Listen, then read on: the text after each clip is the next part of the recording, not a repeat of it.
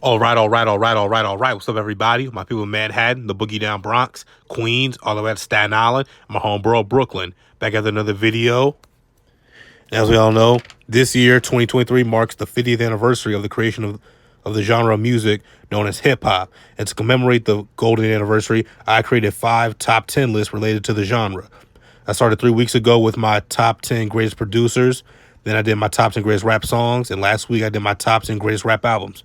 Now today I'm doing my top 10 greatest rap duos or groups. Starting with number 10, Underground Kings, aka UGK. Founded in the late 80s by Chad Butler and Bernard Freeman, aka Pimp C and Bun B, UGK went on to pioneer the subgenre of rap music we know today as trap music. Okay, they released their debut album Too Hard to Swallow in 1992, their second album Super Tight in 1994, and this album right here in 1996, Riding Dirty, which to me is their magnum opus. You know, it features songs such as Diamonds and Wood and Murder and One Day. So many classic songs came from this album. UGK really got mainstream in 1999 when they were featured on Jay-Z's classic track Big Pimpin'. And then the next year in 2000, they were featured on 3 6 Mafia's Sippin' on Scissor. And that really broke them into the mainstream. In 2001, they released the album Dirty Money. And shortly after, Pimp C was arrested and sent to jail. And during that time period, Bun B went on one of the greatest feature runs in the history of hip-hop. On every song he was featured on, he would shout out Free Pimp C, Free Pimp C. And eventually, Pimp C was freed. He was freed in 2006, and he got right back to work. UGK released their next album, their double album, Underground Kings. We had classic tracks such as International Players Anthem featuring Outkast, Like That, Trill Niggas Don't Die, and so many other bangers. That was a commercial success, but unfortunately, they didn't get to enjoy it together too long. Because on December 4, 2007, Pimp C died in Hollywood at the age of 33. He overdosed on lean. 2009, UGK released their final album, UGK for Life. UGK for Life. Their legacy, like I said, one of the greatest rap duos of all time, one of the most influential Southern rap acts of all time. Like I said, they're the pioneers of trap music, them and 8-Ball and MGG out of Memphis. And I've always stated this, what we call trap music comes from Texas and Memphis, and not Atlanta. Okay? Trap and crunk music. You know, speaking of crunk music, let's get to one of the founders of the crunk music subgenre, number 9, 3 6 Mafia. Of course, formed in Memphis, Tennessee in 1991. The original members were DJ Paul and Lord Infamous, who were stepbrothers, and they grew up in South Memphis, and a DJ in North Memphis known as Juicy J. Throughout the years, they found other members such as Coops and Nika, who passed away in 2015, Crunchy Black, and Gangsta Boo, who passed away earlier this year. And Lord Infamous unfortunately passed away in 2013 at the age of 40. Originally known as the Backyard Posse, then 666 Mafia, they founded their official name 3 6 Mafia. 3 6 Mafia in 1995. In 1995, they released their debut album, Mystic Styles.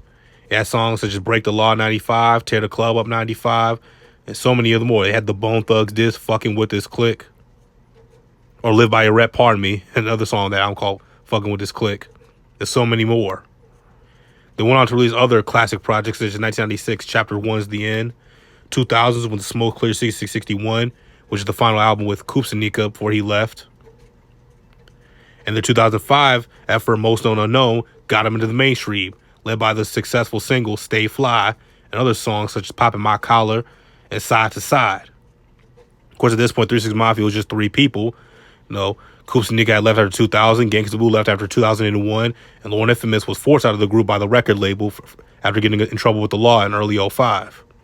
So it was just Juicy J, DJ Paul, and Crunchy Black.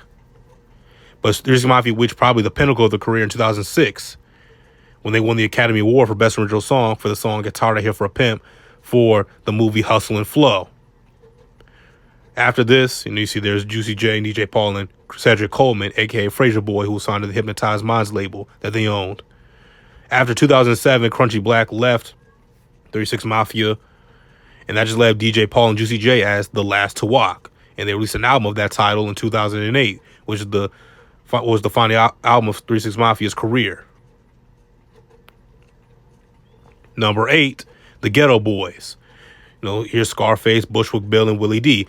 Straight out of Houston, Texas, formed in the late 80s. They were signed to Jay Prince's Rap A Lot Records, and they really helped put the South on the map. They and along with the Two Live Crew is what got the South noticed in hip hop. Of course, Two Live Crew's out of Miami, Florida. They're kind of horror. The Ghetto Boys helped pioneer, just like 3 6 Mafia and UGK, they helped pioneer a subgenre of hip hop known as horrorcore.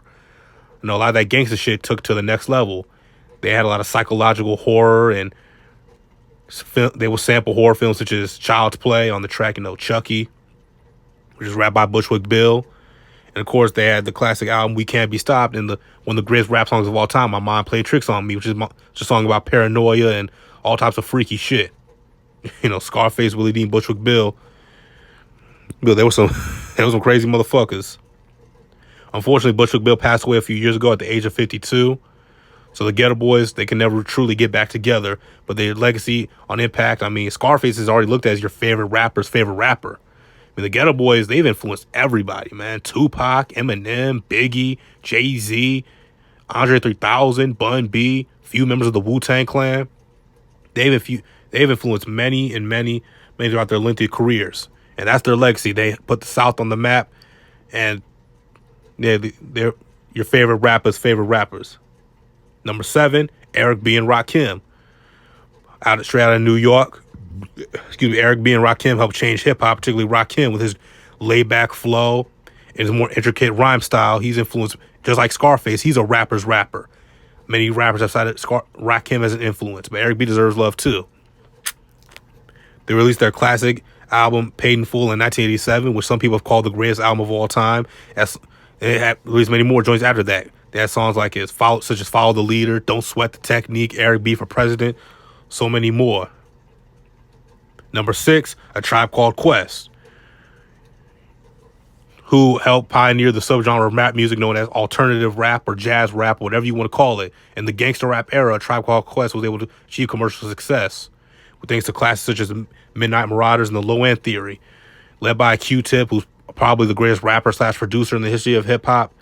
They also had guys like the late great Phife Dawg and so many more, helped solidify this group's legacy as one of the greatest groups of all time.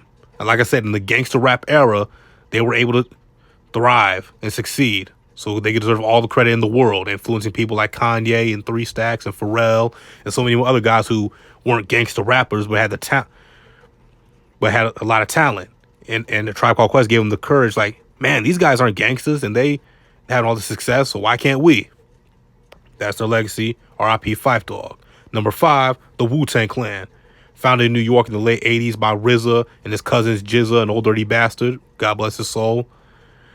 Out of Staten Island, RZA out of Staten Island, Jizza and ODB out of Brooklyn. RZA formed the Wu-Tang Clan with all these talented Staten Island MCs, Ghostface Killers from Stapleton. The rest of them are from Park Hill or Clifton, Staten Island. And Method Man, he's from Long Island / Staten Island, so on and so forth. They helped kick off what's known as the East Coast Renaissance in 1993 with the legendary classic album Enter the Wu-Tang, the 36 Chambers, with joints like Cream and Protect Your Neck, Wu-Tang Clan Ain't Nothing to Fuck With, and Can It All Be So Simple. Then they dissolved and released many solo efforts led by the RZA. Albums such as Tysoul by Method Man, Only Built for Cuban Links, Raekwon, Liquid Swords, Jizza, Iron Man, Ghostface Killer, Return of the 36 Chambers, Old Dirty Bastard. Then they reformed together in 97 to release their double LP, Wu-Tang Forever, led by the single Triumph. Wu-Tang is just incredible, man. And their logo is probably one of the most famous logos in the history of hip-hop. Unfortunately, Old Dirty Bastard passed away in 2004 at the age of 35, 2 days before he turned 36. ODB, man, a.k.a. Son Unique. That title applies to him because he's definitely one of the most unique characters we've seen in hip-hop. With his half-rap, half-song style, his gruff voice, and his unique vision. Even doing that collab with Mariah Carey, Fantasy, hopping on the remix for it. And how can you forget his trademark up crazy braids. Number 4, Public Enemy. Formed in the 80s, led by Chuck D, Professor Griff, Terminator X, and the hype man Flavor Flav. Public Enemy founded the subgenre of hip-hop known as political hip-hop. They were angry. They were black men in America, and they were angry, and they had the talent to get their message out through their music. They released classic joints as It Takes a Nation of Millions to Hold Us Back and Fear of a Black Planet. And they also released one of the greatest songs and videos in the history of hip-hop, Fight the Power, for Spike Lee's classic joint, Do the Right Thing. They were inducted into the Rock and Roll Hall of Fame in 2013, and Ice Cube's on record saying Chuck D's his favorite rapper ever. Flavor Flav is one of the most sampled voices per se in the history of hip hop. By the way, for all you who don't know, yeah, boy. you know, Number 3, going back to the South, Outkast. Formed in 1992 after a meeting in a mall, Antoine Patton and Andre Benjamin, aka Big Boy and Andre 3000, they decided to link up together with the legendary Dungeon family led by Organized Noise Productions, Rico Wade and all those dudes, Sleepy Brown. They also met fellow Dungeon family members, the Goody Mob, CeeLo Green, and the rest of them dudes. They released their successful single, Players Ball, in 1993 after signing with LaFace Records. And then in 1994, they released their classic debut album, Southern Playlist of Cadillac Music. And I've said this in the past, Outkast, DMX, and Kanye West are the only artists in the history of hip-hop that said their first 5 joints are straight classics. Southern Playlistic, ATLians, Equimini, Stankonia, Speakerbox Love Below. 2006, they released their final album, Out a While, for the soundtrack for the movie that they starred in. If it was for Outkast, the South probably wouldn't have taken over in hip-hop. We all remember Andre 3000's famous words at the Source Awards in 95. The South got something to say. That's all I got to say. Outkast, the Ghetto Boys, the 2 Live Crew, the 3 6 Mafia, and UGK are probably the reasons why the South took over hip-hop in the late 90s. Also, the Cash Money Clique and the No Limit Collective. It's the reason why the South took over in the early, mid-2000s. And still run hip-hop to this day. I mean, Andre 3000, no solo projects, but he's in the GOAT MC conversation. Big Boy's underrated. Give Big Boy some love too. He's very underrated. This dude can spit as well. But Andre gets all the love, and understandably so. Outkast also won a Grammy for their double album, The Speakerbox Love Below. They're one of the few artists in the history of hip hop that say they have a double album, or a diamond album. Pardon me, a diamond album. And it's one of the few double albums I've listened to from start to finish because Big Boy and 3 Six did their thing. Songs like Hey Ya and The Way You Move and all the other joints they released over the years. Rosa Parks, Miss Jackson, Equimini, 2 Dope Boys in the Cadillac, Elevators, Players Ball. So many great joints that these two dudes released. Number 2, Run DMC. Formed in New York in the 80s, led by Joseph Simmons, a.k.a. Rev Run, and Daryl McDaniels, a.k.a. DMC, and Jason Mizell, a.k.a. Jam Master Jay. These guys aren't honestly probably number one. They're probably the first rappers to get serious mainstream attention. They were on the cover of Rolling Stone. They had a shoe deal with Adidas. They worked with Aerosmith, Walk This Way. And, of course, they had their legendary debut album, Run DMC, and then their 86 effort, Raising Hell. Run's House, Christmas in Hollis. So many joints that these guys released, from Queens Comes Kings. Run DMC, like I said, they were one of the first rappers to get serious mainstream appeal. They were able to bring this music style to a new generation of, black music fans and Latino music fans and white music fans were able to get behind this hip hop movement. People thought hip hop would be just a fad that would fade away. But Run DMC had something else to say, along with other people. Other people on this list had something different to say. Unfortunately, Jam Master Jay was murdered in 2002 at the age of 37. Who killed him and what the motive, it's been speculated for decades. I hope his family gets some closure eventually. But like I said, Run DMC, definitely one of the greatest groups of all time, man. That's why they got all these murals. See, Walk This Way. But there can only be one. And the number one group of all time to me is NWA.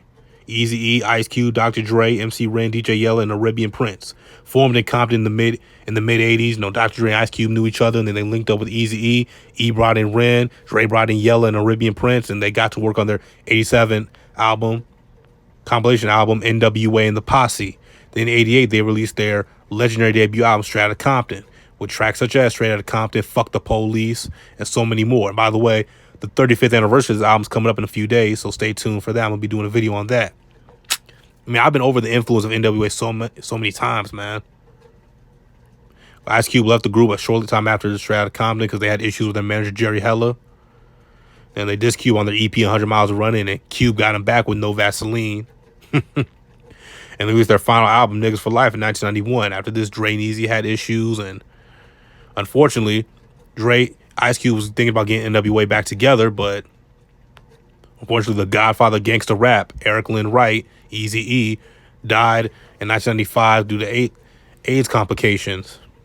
You know, look, it's been speculated how he got AIDS for years. I'm not here to get into all that, but his legacy lives on as the godfather of gangster rap. Here's NWA being inducted to the Rock and Roll Hall of Fame in 2016. Like I said, to me, they're the greatest group of all time because they pioneered gangster rap, and gangster rap dominated hip hop throughout the 90s, and it's still kind of the dominant form of hip hop today because that's all drill music and trap music is a subgenre of gangster rap. That can all be traced back to NWA, niggas with attitudes. But that's my top 10 greatest groups of all time. Tell me guys what you think in the comment section down below. And stay tuned next week when we have the finale. I'll give you my top 10 greatest rappers of all time. Until then, I'm see you all.